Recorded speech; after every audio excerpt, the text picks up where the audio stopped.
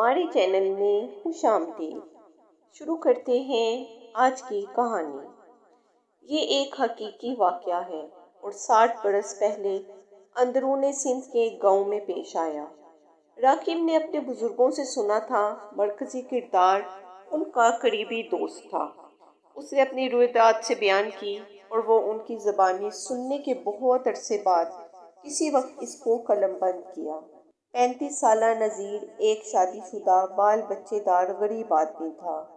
گاؤں میں اس کی چھوٹی سی پرچون کی دکان تھی، جس کی آمد سے گزر بسر مشکل سے ہی ہوتا تھا، تو بیچارہ موقع لگنے پر چھوٹے موٹے محنت مزدوری کے کام بھی کر لیا کرتا۔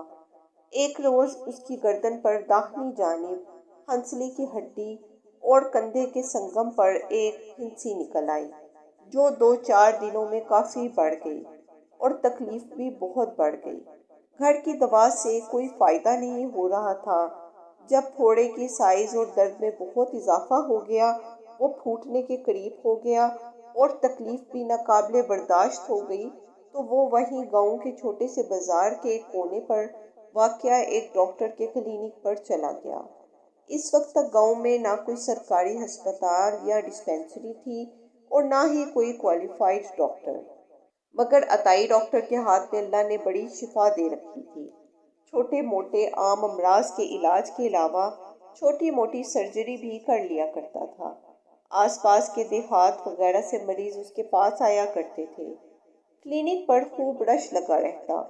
یہ بھی چلا گیا۔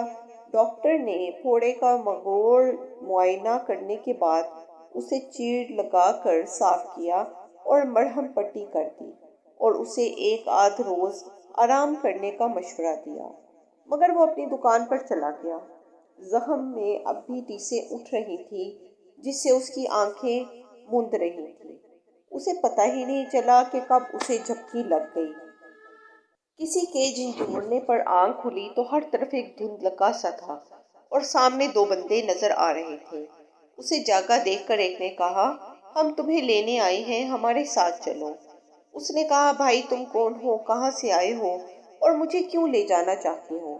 کہنے لگے، ہمارے سردار نے تمہیں بلایا ہے، تمہیں اس کے پاس لے جانے آئے ہیں۔ اس نے کہا، میں تمہیں جانتا ہی نہیں تو پھر میں تمہارے ساتھ کیوں چلوں؟ مگر انہوں نے اس کی ایک نہ سنی۔ اسے پکڑ کر کھینچا تو زخم میں سے ٹیسوں کا طوفان برپا ہو گیا۔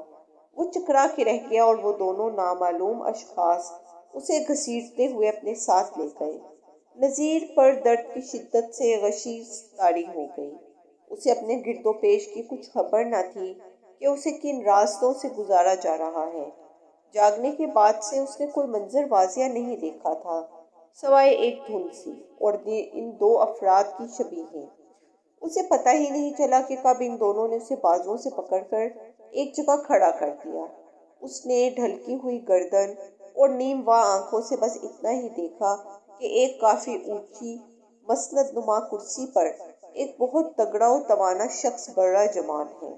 نذیر کو دیکھتے ہی ان دونوں سے مخاطب ہو کر کہنے لگا، ارے یہ تم کسے اٹھا لائے ہو؟ میں نے نذیر نہیں، نذیرہ کہا تھا۔ چلو اسے واپس چھوڑ کے آؤ اور نذیرہ کو لے آؤ۔ اب وہ دونوں پھر نذیر کو کھینچتے ہوئے لے چلے اور اس کا دماغ تاریکیوں میں ڈوبتا چلا گیا، اور جب نذیر ہوش میں آیا، اس کی آنکھ کھلی تو خود کو گھر کے اندر ایک چارپائی پر پڑا ہوا پایا۔ وہ حیران ہو کر جھٹکے سے اٹھ بیٹھا تو کیا دیکھتا ہے کہ بچے پاس کھڑے رو رہے ہیں، بیوی نیچے چارپائی کی پائنتی پکڑے نڈھال بیٹھی ہے۔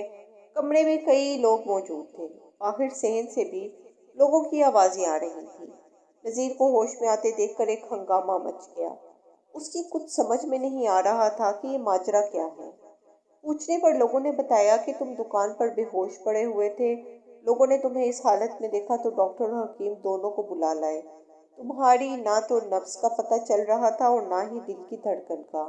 انہوں نے اعلان کیا کہ نذیر کا آخری وقت آ گیا ہے، اب اسے گھر لے جا کر اللہ سے دعا کرو کہ اس کی مشکل آسان کرے۔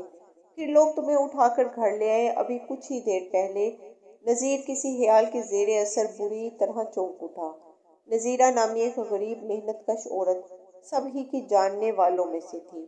اس نے کہا، نذیرہ کا کیا حال ہے؟ ذرا اس کی خیریت تو پتہ کرو۔